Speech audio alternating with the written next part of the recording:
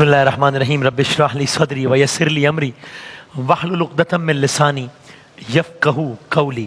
داستان حضرت موسیٰ اور حضرت خضر علیہ السلام جس کا سورہ کہف میں تذکرہ آیا، اور کل یہ بات بھی ہوئی تھی کہ کیا ہی اچھا ہو ہم اس ماہ مبارک کے اختتام تک اس سورہ کے بارے میں جان سکیں کہ کون کون سے واقعات ہیں اس میں، اور خلاصہ اور آج اس واقعات کے اندر 3 چھوٹے چھوٹے واقعات ہیں آج کے اس واقعے میں، ہاں، اور تینوں قرآن مجید میں درج ہیں۔ خلاصہ یہی ہے کہ خداوند تعالیٰ کے حکم پر موسیٰ علیہ السلام گئے، خضر علیہ السلام پہ ایک مقام پہ ملاقات ہوئی۔ موسیٰ علیہ السلام نے اس خواہش کا اظہار کیا کہ میں شریک سفر ہونا چاہتا ہوں۔ کل ہم نے یہاں روکا تھا کہ اس کے جواب میں خضر علیہ السلام نے بظاہر، میں لفظ بظاہر استعمال کروں، بظاہر غیر متوقع جواب دیا، چونکہ ظاہر ہے موسیٰ علیہ السلام کی دعوت ان کو قبول کرنی چاہیے تھی، اس لیے کہ موسیٰ علیہ السلام اللہ کے حکم سے خضر علیہ السلام سے ملنے آئے تھے۔ لیکن جواب کیا دیا انہوں نے یہ جواب دیا جس کا خلاصہ یہ تھا کہ موسیٰ علیہ السلام نے کہا میں آپ کے ساتھ سفر کرنے کا خواہش مند ہوں۔ خضر علیہ السلام کے جواب کا خلاصہ یہ تھا کہ ایسا نہ کیا جائے تو بہتر ہے، آپ میرے ہم سفر نہ بنیں۔ وجہ بھی بتائی ساتھ، وجہ کیا بتائی؟ اس کا خلاصہ یہ کہ آپ ممکن آپ صبر نہ کر پائیں، آپ صبر نہ کر۔ موسیٰ علیہ السلام نے جواب دیا انشاءاللہ آپ مجھے صبر کرنے والا پائیں گے، میں آپ کسی حکم کی خلاف ورزی نہیں کروں گا۔ قصہ مختصر، سفر کا آغاز ہوا۔ اب اگین سنا میں نے کل کہا اپنے الفاظ میں کہ یہ بڑا ایک ہائی پروفائل سفر ہے۔ یہ موسیٰ علیہ السلام کیا کہنے، خضر علیہ السلام، سورہ کہف، قرآن مجید تفصیل سے واقعہ ہے۔ اب اس سفر کا آغاز ہو گیا، موسیٰ علیہ السلام چلے ہیں، خضر علیہ السلام ہمراہ ہیں۔ موسیٰ علیہ السلام کے ساتھ ان کے شاگرد چلے تھے یوشع بن نون، ان کا سفر وہیں پہ ختم ہو گیا۔ لیکن خضر علیہ السلام نے ایک کنڈیشن رکھی ساتھ، اور وہ کنڈیشن کیا ہے؟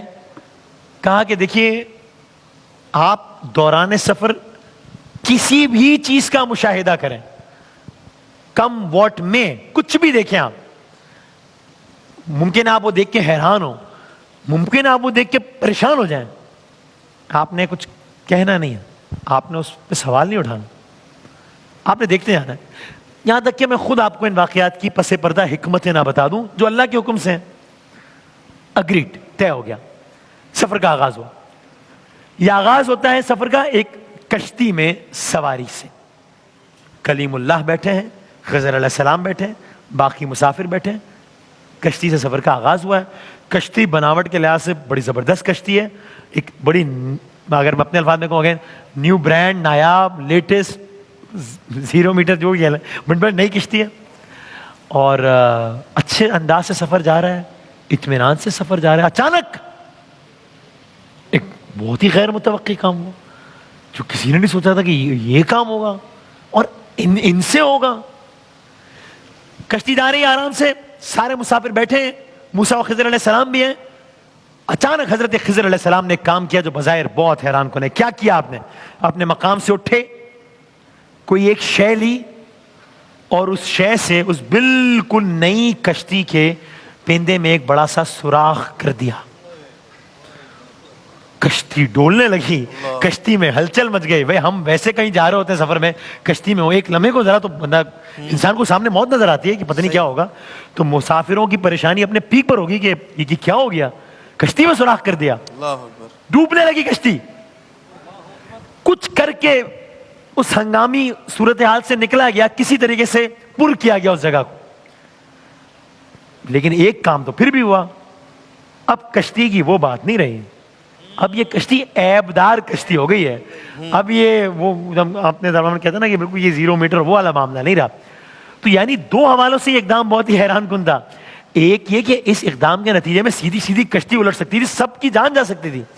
دوسرا یہ کہ جان بچ بھی گئی، کشتی تو ہو گئی عیبدار۔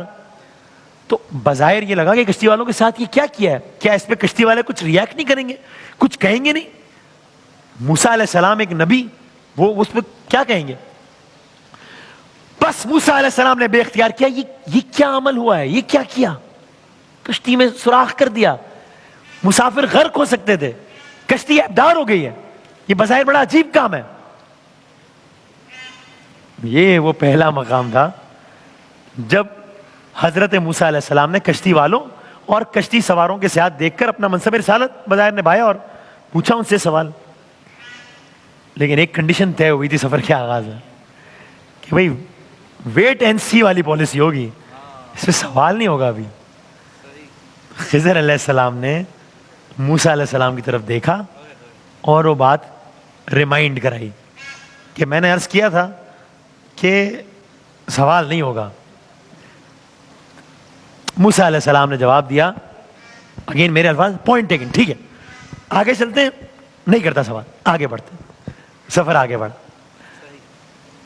آگے چلتے گئے. یہ میں نے کہا نا, آج کے واقعے میں 3 واقعات ہیں سارے قرآنی. اچانک ایک اور ایسا واقعہ ہوا. یہ واقعہ پچھلے والے سے بظاہر زیادہ کسی اعتبار سے حیران کن ہے. وہاں تو کشتی کے سفر میں نوجوان تھے, بوڑھے شخص بھی ہوں گے, بوڑھے اشخاص بھی ہوں گے. یہ ایک ایسا واقعہ ہوا کہ جس کو شاید کوئی بھی دیکھتا تو رد عمل فوراً لازمی دیتا کہ یہ کیا, سوال ضرور پوچھتا کہ کیا ہوا. ایک مقام پہ پہنچے, کشتی سے اترے, ایک مقام پہ پہنچے, کچھ بچے ہیں کھیل رہے ہیں کہ اچانک 2 افراد اس جگہ سے گزرتے ہیں. خضر علیہ السلام ان 2 بچوں میں سے ایک بچے کو الگ کرتے ہیں, اور اگلی بات اگین بظاہر حیران کن ہے, بظاہر ایک بڑا کام ہوتا ہے اس کے بعد. کیا؟ بچہ قتل کر دیا جاتا ہے. بچہ قتل کر دیا جاتا ہے, اور یہ کام خضر علیہ السلام کرتے ہیں. اللہ اکبر. موسیٰ, میں نے باقاعدہ علماء کرام سے اس میں بات کی, سمجھا کہ یہ کیا, اور نے پوری ڈیٹیل سمجھائی. انشاءاللہ جتنا ممکن ہوگا آگے عرض کریں گے. موسیٰ علیہ السلام نے سوال کیا, یہ کیا ہوا, یہ کیوں کر ہوا. ایک وہاں تو مسافر بچ گئے تھے, یہاں تو بچہ قتل کر دیا گیا ہے, جان نہیں بچی, ختم, اور بچہ ہے, مطلب جس کو ہم کہتے ہیں کہ بھئی اس سے کیا خطا ہوئی ہوگی. یہ وہ دوسرا مقام تھا جب خضر علیہ السلام گویا ہوئے کہ آغاز میں ایک بات طے ہوئی تھی, پالیسی ویٹ اینڈ سی کی ہے, سوال نہیں ہوگا. موسیٰ علیہ السلام نے کہا ٹھیک, نہیں کرتا سوال. سفر جاری رہا. تیسرا واقعہ, واقعے کے اندر تیسرا واقعہ, سفر جاری رہا. بالآخر ایک طویل سفر طے کرنے کے بعد بھوک سے نڈال, پیاس لگ رہی ہے, تھکن ہے, ایک بستی میں پہنچے. عام طور پر گاؤں کے لوگ, بڑے دیہات کے لوگ بڑے مہمان نواز ہوتے ہیں, بڑا پروٹوکول دیتے ہیں.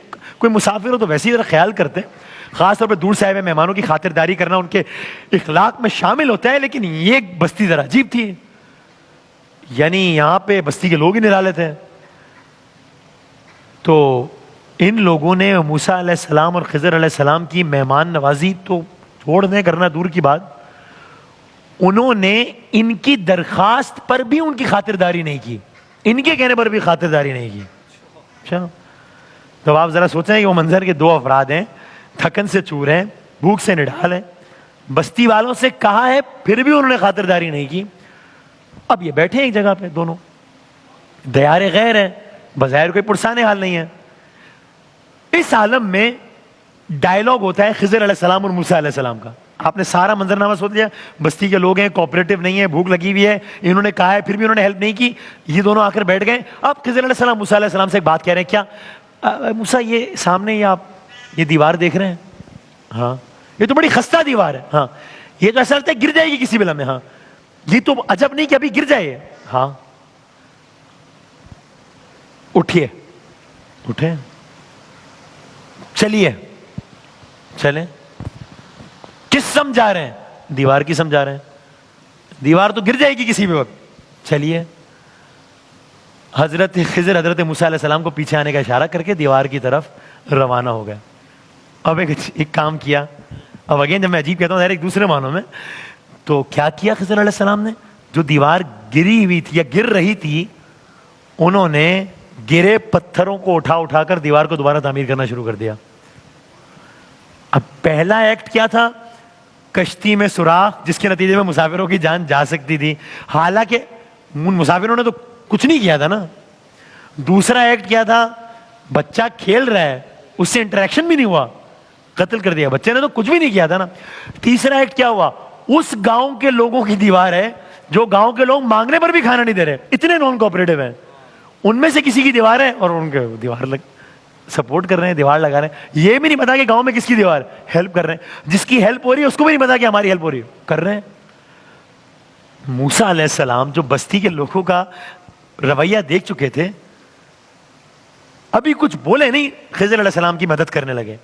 تو خضر علیہ السلام اور موسیٰ علیہ السلام دیوار کو مضبوط کر رہے ہیں, دونوں خاموشی سے دیوار تعمیر کرتے رہے. دیوار تعمیر ہوتی رہی.